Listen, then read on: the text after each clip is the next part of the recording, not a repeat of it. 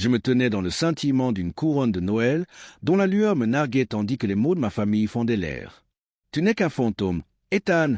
siffla mon père, le regard perçant comme le givre.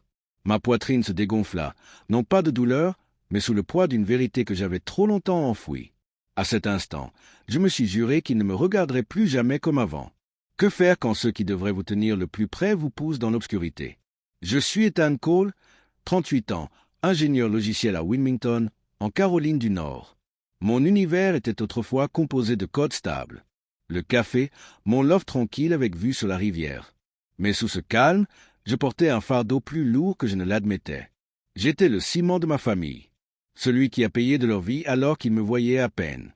Mes parents, Diane et Ray, vivaient dans une maison de plage délabrée dont la peinture s'écaillait, cachant des années de secret. Mon frère aîné, Caleb, courait après le statut, les voitures, les vacances, tout pour afficher sa richesse. Ma sœur cadette, Mia, était poète. Ses rêves étaient financés par mes nuits interminables passées à calculer. Mon oncle Vince traitait notre fonds familial comme son coffre-fort personnel. J'y ai versé 60 000 $ de mes économies. Mon avenir, ma sécurité, alors qu'il ne donnait rien. Les impôts fonciers de la maison, 5 000 $ par an, provenaient de moi. Les locations de luxe de Caleb, les écrits de Mia. Les retraites, les gadgets de Vince, ça m'épuise. J'ai reçu un texto. « Ethan, les factures de gaz sont en retard. »« Ethan, j'ai besoin de 2 000 $ pour un atelier. » Pas de gratitude, juste le silence. Je fixais la lueur de mon ordinateur portable, équilibrant leur monde tandis que le mien rétrécissait. Mes propres plans s'estompaient comme une brume à l'aube. Il y avait toujours de l'attention, une ombre dans le regard. Le sourire narquois de Caleb quand il demandait de l'argent. Le ton bourru de Ray si je mentionnais la police. Les yeux de Diane glissant sur moi comme si j'étais de l'air. Je me disais que c'était la famille. Désordonné mais normal jusqu'à ce que ce dîner du réveillon de Noël me fasse craquer. Ce soir-là, autour de la table en chêne, quelque chose est tombé. Mia a tripoté sa serviette, son regard s'est posé sur Caleb. Ce n'était pas seulement la tension des fêtes. C'était plus lourd, comme une tempête qui se préparait en silence. Un secret persistait, aussi vif que l'air salin du dehors. Je ne savais pas lequel, mais il me glaçait. Le dîner commença doucement. Le tintement des couverts, l'odeur du cèdre et de la dinde rôtie. Le sourire fragile de Dian. Je portais une veste grise, sobre mais élégante, espérant me sentir comme un membre à part entière. Puis Caleb se pencha. Sa voix était onctueuse. « Ethan, as-tu pris cette veste dans un présentoir de solde ?» La table s'immobilisa. Diane laissa échapper un rire cruel. « Sérieux, Ethan, tu aurais au moins pu avoir l'air d'appartenir à une famille. » Ray grogna, hochant la tête comme un évangile. Mon pouce s'emballa, mon visage brûlait. J'aurais voulu crier que j'avais payé pour la nourriture dans leurs assiettes, la chaleur dans leurs murs, les chaises sur lesquelles ils étaient assis. Mais je ravalais ma salive, mes mains tremblant sous la table. Mia picorait sa nourriture, silencieuse. Vince s'agitait avec sa fourchette, évitant mon regard. Ma cousine Lily, 15 ans, se cachait derrière son téléphone. Leurs mots n'étaient pas que des pics. C'étaient des lames qui me découpaient en 1000 morceaux.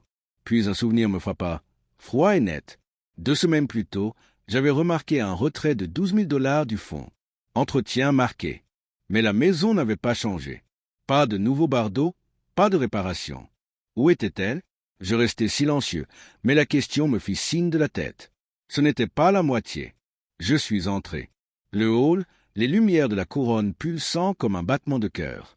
Mon souffle s'est arrêté, leurs mots tournant en boucle, rage de liquidation. N'appartiennent pas. Fantômes. J'avais passé des années à manger leur fente, appelant ça la loyauté. Mais ce n'était pas de la loyauté. C'était un rasoir. Je leur avais donné mon argent, mon temps, mon âme, et ils avaient craché dessus.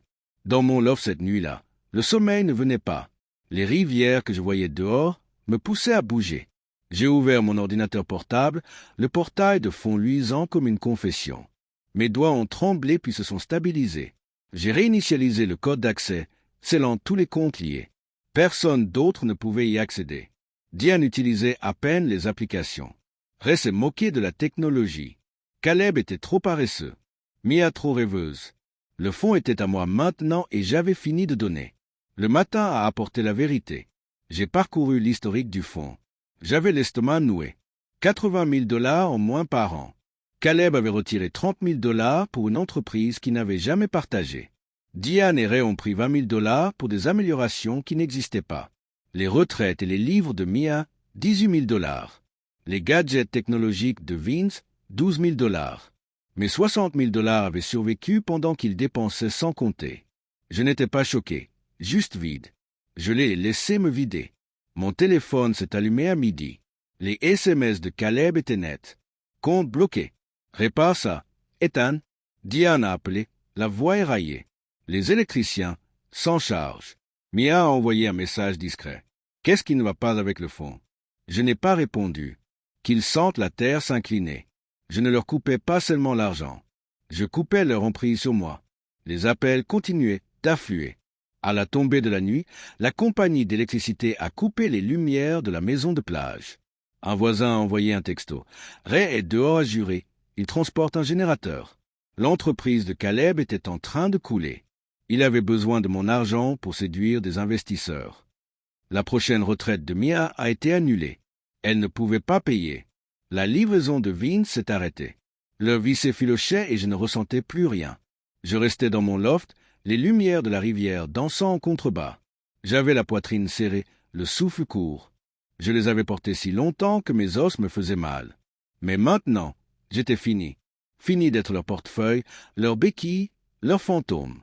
J'ai envoyé un email à mon avocate, Terrara Weiss. Je veux mettre fin à une réunion de financement familial demain. Je l'ai envoyé, le cœur calme. Ce n'était pas une crise de colère. C'était la liberté. Le lendemain, Caleb a frappé à ma porte, les yeux hagards, un sac de course vide au poignet. « Tu crois pouvoir nous ruiner ?» a-t-il grogné en arpentant mon loft. Ma carte a été refusée devant les clients. « Tu as idée de ce que ça fait ?» Sa voix a brisé toute fureur. Je me suis appuyé contre le comptoir, impassible. « Tu m'as pris 30 000 $ cette année, » ai-je dit d'une voix basse et calme. « Et tu me traites de fantôme ?» Son visage s'est empourpré. « Tu es un lâche, Ethan. On se cache toujours derrière ton argent. » Il s'approcha, son eau de Cologne piquante, ses mots plus tranchants encore. « Tu n'es rien sans nous. Je ne cligne pas des yeux. Va-t'en, dis-je en désignant la porte. » Il se figea, stupéfait, puis attrapa son sac et sortit en trombe, la porte claquant dans son encadrement. Ce soir-là, Lily envoya un texto à Astérisque. J'ai vérifié les fonds. Ethan, tu as tout payé. Je suis désolé de n'avoir rien dit au dîner. Astérisque. Ces mots me piquèrent, une fissure dans mon armure. Quelqu'un m'avait vu, mais Mia m'appela d'une voix tremblante. Astérisque, Ethan. Je ne savais pas que Caleb et maman cachaient quelque chose. Je le jure. Astérisque. Cacher quoi? J'ai fouillé dans les relevés de fonds. Mon pouce emballait. 3 500 $ siphonnés vers un compte inconnu, étiqueté « Conseil ». Caleb et Diane avaient comploté pour vendre la maison de plage, utilisant mon argent pour négocier l'affaire, la maison que j'avais préservée, celle pour laquelle j'avais saigné. Ils allaient l'encaisser et me laisser les mains vides. Sur mon balcon, la brise du fleuve me glaçait le visage. Leur trahison n'était pas qu'un vol. C'était un plan pour m'effacer. Mettre fin au fond ne suffisait pas. J'en avais marre de leurs mensonges, de leur cupidité, de leurs couteaux. J'avais passé des années à courir après leur amour, mais l'amour ne devrait pas coûter la vie. Maintenant, je reconstruis. Mon loft est petit, mais il est à moi.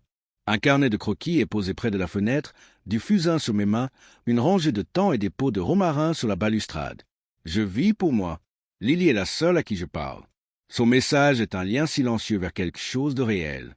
À ma place, pourrais-tu leur pardonner? Pourrais-tu gérer une famille qui a essayé de t'enterrer? Raconte-moi ça ci-dessous. Je cherche toujours la suite.